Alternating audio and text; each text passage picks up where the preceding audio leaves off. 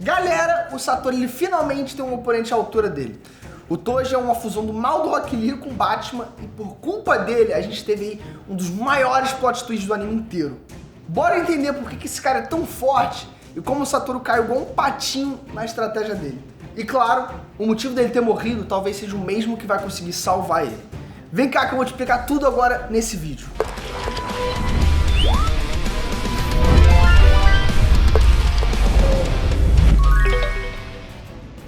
Ei nerd, beleza? Eu sou o Breno. E galera, o episódio mais maluco de Jujutsu Kaisen chegou pra mudar realmente, totalmente a parada. Porque mesmo começando ali bem tranquilo, naquele clima gostoso, sabe, de férias em família, tudo mudou da água pro vinho muito rápido. Ou será que nesse caso é do vinho pra água? Mas o que importa é que a água foi realmente um recurso bem importante desse episódio. E é justamente com isso que ele começa. Porque deu pra ver, galera, que todos os momentos que a Rico ficava pensando na vida, tinha algum tipo de água na cena. Tanto que aquela cena dela na praia brincando com o Satori, deu aquela vibe de episódio de férias, sabe? Que os animes têm muitas vezes. Sabe aquele famoso episódio da praia? Que, enfim...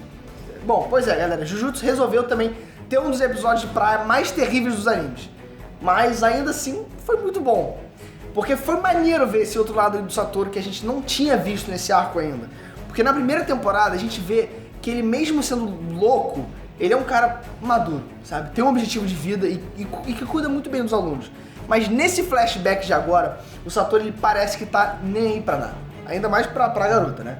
É o famoso, se morrer, morreu, sabe? Mas agora foi o contrário, galera. Ele ficou com dó que eles já teriam que ir embora e resolveu dar um jeito de aproveitar mais a viagem pra coitada da Rico ficar mais feliz.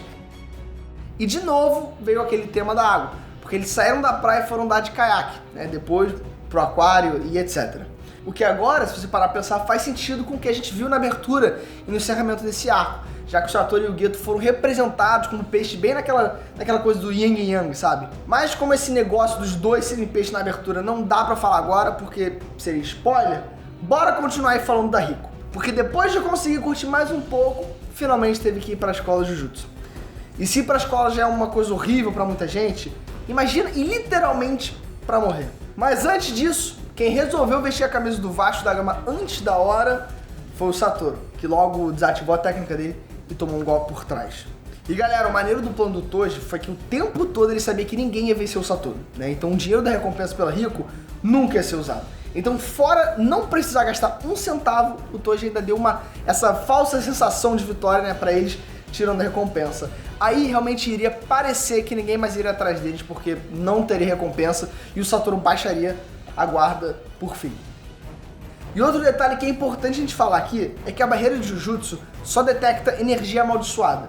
Então no caso do Toji, que não tem nenhuma, é como se ele fosse invisível pra ele. E o mangá até fala que o próprio Geto, quando tem que usar as maldições dele, ele avisa o diretor da escola antes, porque ele mesmo soa o alarme da escola toda vez que ele, enfim, usa o poder dele. Bom, quer dizer, nem sempre, né? Ele avisa porque às vezes ele e o Satoru brigam do nada e aí, enfim, que se dane tudo.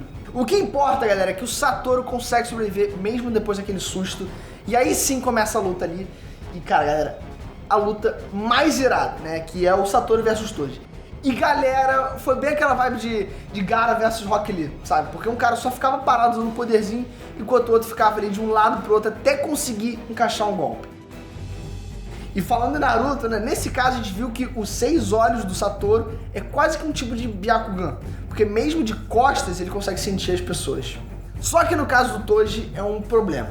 Porque ele fez essa restrição congênita, né? E já que ele não tem nenhuma energia amaldiçoada, o corpo do cara é o mais insano do mundo. Isso até lembra, galera, a restrição de Nen que o Kurapika ele faz em Hunter x Hunter. Mas aqui em Jujutsu Kaisen, ao invés de decidir algum tipo de, enfim, causa ou consequência, isso é uma coisa que nasce com a galera. Então pode ser que o contrário do Toji também aconteça, galera. Alguém que tem uma energia amaldiçoada muito grande pode nascer com um corpo muito fraco para equilibrar.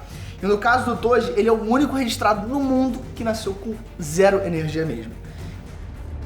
Então ele é tão forte e tão rápido que até o Satoru não conseguiu lidar com ele.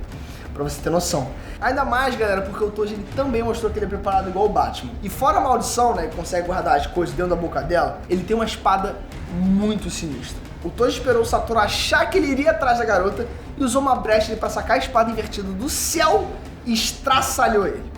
Foi corte na garganta, no peito, na coxa, até na testa, né, pra não ter realmente chance do cara sobreviver. Mas vale lembrar que o último corte que o Toji fez, aquela na testa, foi com outra faquinha, tá? E se foi com essa outra faquinha, então talvez o Satoru tenha desativado a técnica dele de propósito nesse último ataque. E se for isso mesmo, galera, o motivo a gente vai entender só depois. E antes de tudo de ruim acontecer, vale falar também que teve uma coisa muito maneira, que foi ver que o Satoru e o Geto já tinham decidido que se a Rico não quisesse ir, eles iriam respeitar a decisão dela e iam comprar a briga com o Tang ou quem quiser que fosse, dane-se. Agora, o grande problema é que no final das contas, ela não atravessou o caminho e nem eles puderam voltar pra casa, porque ela simplesmente tomou um tiro na cabeça. E bom, deu pra ver que a hora de usar espada e lança acabou e o negócio ficou muito mais perigoso. E galera, na boa, essa é uma das maiores quebras de expectativas do anime inteiro. E no mesmo episódio, o Toji fez história 2 vezes. Aliás, bom, do jeito ruim, é claro, né? Mas fez história. E não é pra menos, tá? Que o Toji é um dos personagens mais casca-grossa de todos, vamos falar a verdade. E vamos lá, não posso deixar de falar isso aqui, mas é uma curiosidade besta, eu sei. Mas é maneira de comentar, tem que falar. É que o cara que dá a voz pro Toji é o mesmo que faz o Dio do Jojo. E pra quem assistiu sabe que talvez esse cara só interprete os caras mais filhas da...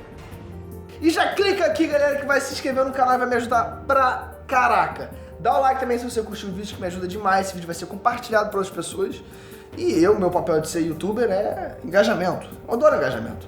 Então dá o like, se inscreve e clica no sininho que você vai ser notificado quando o meu próximo vídeo for lançado. O do meu pai também, mas o meu pai... Você quer ver o meu, né? Eu sei que você quer ver o meu. Enfim, eu te vejo lá. Um beijo e fui.